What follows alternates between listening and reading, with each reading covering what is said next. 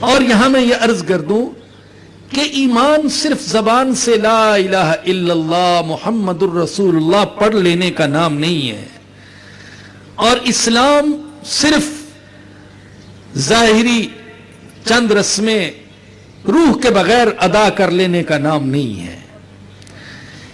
ایمان تو یقین کا نام ہے، ایسا یقین جو دل میں اتر جائے۔ حضور اقدس صلی اللہ علیہ وسلم اللہ سے دعا کیا کرتے تھے، اللہم انی اسألک ایمانا یباشر قلبی ویقینا صادقا حتی اعلم انہ لا یصیبنی الا ما کتبت لی برزا من المعیشت بما قسمت لی۔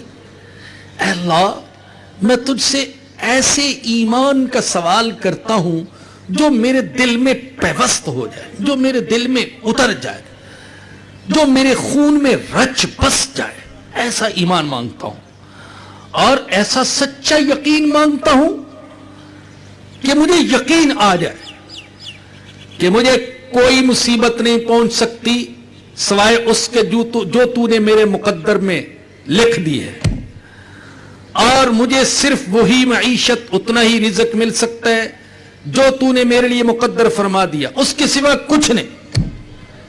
یقین آ جائے اور ایمان آ جائے میرے دل میں، تو ایمان حقیقت میں یقین کا نام ہے، یقین دل میں اتر جائے۔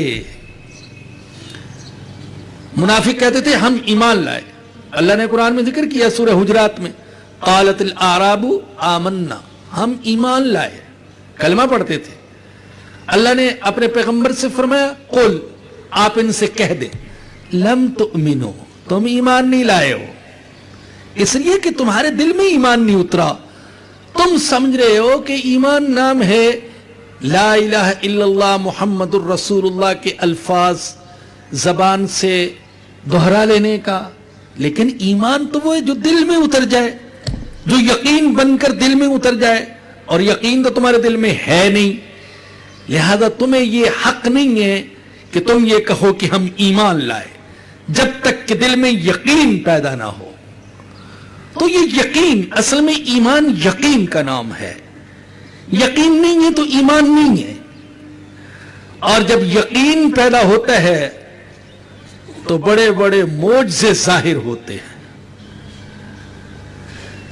ہاں، اقبال غفرت فرمائے، عجب شاعر تھے۔ میرا تو مطالعہ بڑا ناقص اور محدود سا ہے، لیکن میرے علم کے مطابق امت مسلمہ پر کڑنے والا، قرآن کی ترجمانی کرنے والا، امت مسلمہ کو بیدار کرنے کی کوشش کرنے والا، شاعری کے ذریعے سے اقبال سے بڑا شاعر نہیں گزرا ہے۔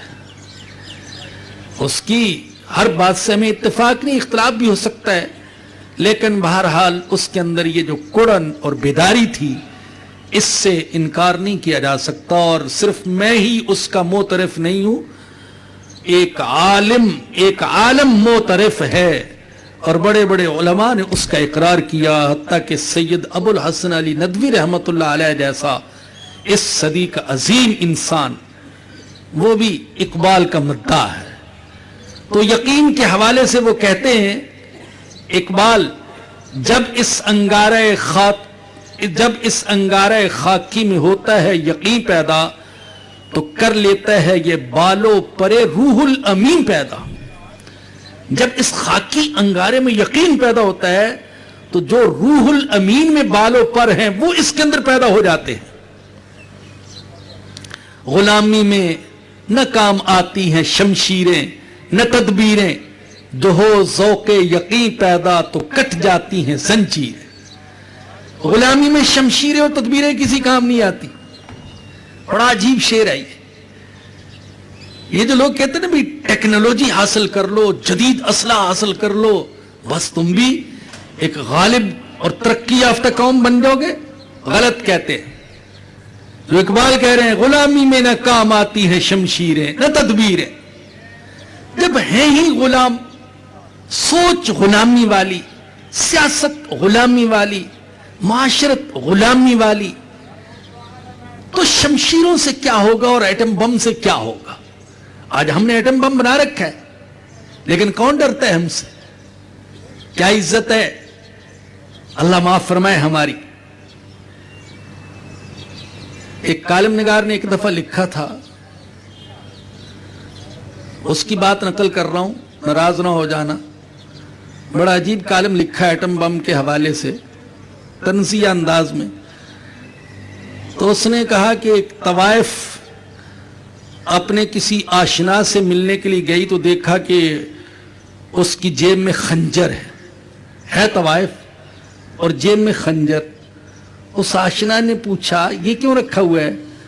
تو اس نے کہا اپنی ناموس کی حفاظت کے لیے، اپنی ناموس کی حفاظت کے لیے خنجر رکھا ہوا ہے۔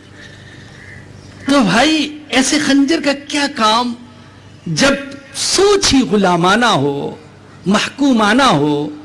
تو ایٹم بم یا شمشیریں یا ٹیکنالوجی یا اسلحہ وہ کام نہیں آئے گا۔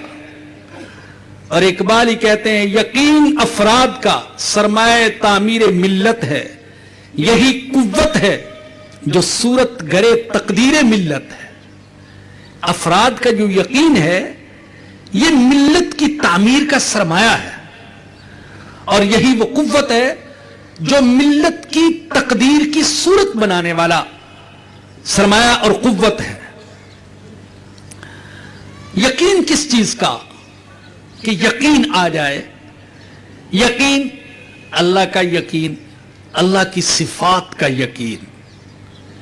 اللہ کا یقین تو ہے اللہ ہے، لیکن اصل ہے اللہ کی صفات کا یقین۔ اللہ کی جتنی صفات ہیں وہ آپ پڑھتے جائیے، ان سب کا یقین۔ مجھے یقین آ جائے اللہ کے رحمان ہونے کا، اللہ کے رحیم ہونے کا، اللہ کے کریم ہونے کا، اللہ کے رزاق ہونے کا، رزق دینے والا وہ ہے، یہ یقین آ جائے۔ کوئی نہیں رزق دے سکتا مجھے اس کے سوا، وہ کھلانا چاہے تو کوئی بھوکا نہیں رکھ سکتا، اور وہ بھوکا رکھنا چاہے تو کوئی کھلا نہیں سکتا۔ رزاق وہ ہے، افراد کا رزاق بھی وہ ہے، اور جماعتوں، قوموں اور ملکوں کا رزاق بھی وہی ہے۔ کوئی ظاہری طاقت رزاق نہیں ہے۔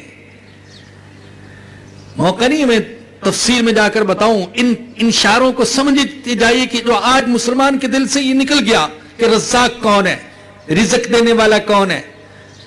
دجالی اور مادی حکومتوں، سلطنتوں اور معاشروں اور قوتوں کو سمجھا جا رہا ہے یہ رزق دینے والے نہیں۔ رزاق اللہ تعالیٰ کی ذات ہے، وہ ہر بات سنتا ہے، ہر چیز دیکھتا ہے، ہر چیز سے باخبر ہے، ہر جگہ حاضر ہے، ہر جگہ موجود ہے۔ یہ اللہ کا یقین، کتاب اللہ کی سچائی کا یقین، رسول اللہ صلی اللہ علیہ وسلم کی سچائی کا یقین، نظریے کی صحت کا یقین، میرا نظریہ صحیح ہے، میں صحیح نظریے پر ہوں، اس کی سچائی کا یقین، کفر کی ناکامی کا یقین، صداقت و دیانت میں کامیابی ہے اس کا یقین، دنیا فانی ہے، عارضی ہے اس کا یقین، دوسری زندگی حقیقی ہے اس کا یقین، اسباب کچھ نہیں ہے جب تک کہ مسبب الاسباب ان میں اثر پیدا کرے اس کا یقین۔ تو جب یہ یقین پیدا ہو جائے تو پھر عبادت میں مزہ آتا ہے، پھر اللہ کی راہ میں خرچ کرنے میں لطف آتا ہے، بھوکا رہنے میں بھی مزہ آتا ہے، غریبی اور فقیرے میں بھی مزہ آتا ہے، گناہوں سے بچنے میں مزہ آتا ہے۔ لیکن اس کے برعکس جب یقین نہ ہو، شکوک و شبہات اور وساوسی و وساوس، تو عبادت میں لذت نہیں رہتی، دعا میں اثر نہیں رہتا، اور ذکر میں نور نہیں رہتا۔ اقبال ہی نے کہا ہے محبت کا جنوں باقی نہیں ہے، مسلمانوں میں خون باقی نہیں ہے، صفیں کچ دل پریشاں سجدہ بے ذوق، صفیں کچ دل پریشاں سجدہ بے ذوق، کہ جذبے دروں باقی نہیں ہے۔ جب اندر کا جذب نہیں، یقین نہیں، تو پھر نماز میں بھی مزہ نہیں ہے، سجدہ بھی بے ذوق ہے، بے کیف ہے، عبادت اور دعا میں بھی لطف نہیں۔ اللہ پاک نے جو قرآن کریم میں آخری سورت رکھی ہے سورہ ناس، بہت سی حکمتیں ہیں اس میں،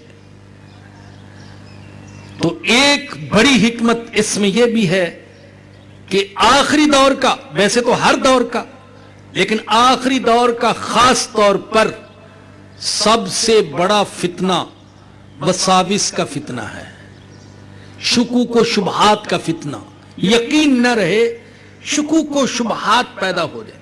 ابتدا ہوتی ہے وساوس سے، وسوسوں کی یلغار، اور آج کے دور کا سب سے بڑا فتنہ۔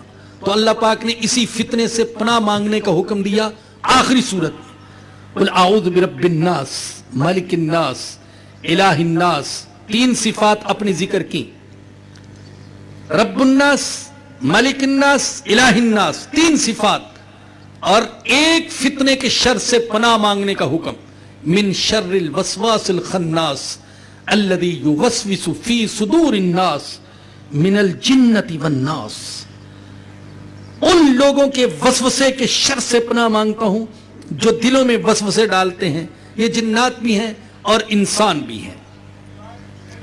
تو ابتدا وساوس سے ہوتی ہے، پھر شکوک و شبہات پیدا ہوتے ہیں، یقین ختم ہو جاتا ہے۔ کتنے ہی دوست ہیں اچھے خاصے نمازی، سوچ بھی نہیں سکتا انسان کہ یہ ان کے دل میں بھی ایسے ایسے شکوک و شبہات ہوں گے، برملا اعتراف کرتے ہیں۔ ظاہر ہے ہم مجمع کے سامنے جاتے ہیں، مجمع کے سامنے بات کرتے ہیں، حسن ظن کی بنا پر بعض لوگ اپنے ذاتی احوال بھی بیان کرتے ہیں، حیرت ہوتی ہے، سالوں کا نمازی ہے اور وہ کہہ رہے ہیں مولوی صاحب اللہ کے بارے میں وسوسے آتے ہیں، حضور کے بارے میں وسوسے آتے ہیں، حضور کی ازواج کے بارے میں وسوسے آتے ہیں، آخرت کے بارے میں وسوسے آتے ہیں، شکوک و شبہات پیدا ہوتے ہیں۔ یہ ایک الگ موضوع ہے، اس کو چھیڑنا نہیں چاہ رہا، لیکن عرض کر رہا تھا کہ ایمان نام ہے یقین کا، اور جب یقین ہو تو پھر عبادت میں، اطاعت میں، ہر چیز میں مزے، اور جب شکوک و شبہات پیدا ہو جائیں تو عبادت کا لطف بھی جاتا رہتا ہے، خشوع خضوع بھی جاتا رہتا ہے، اور سجدوں کا ذوق بھی جاتا رہتا ہے، اور دعا کی اور ذکر کی لذت بھی جاتی رہتی ہے۔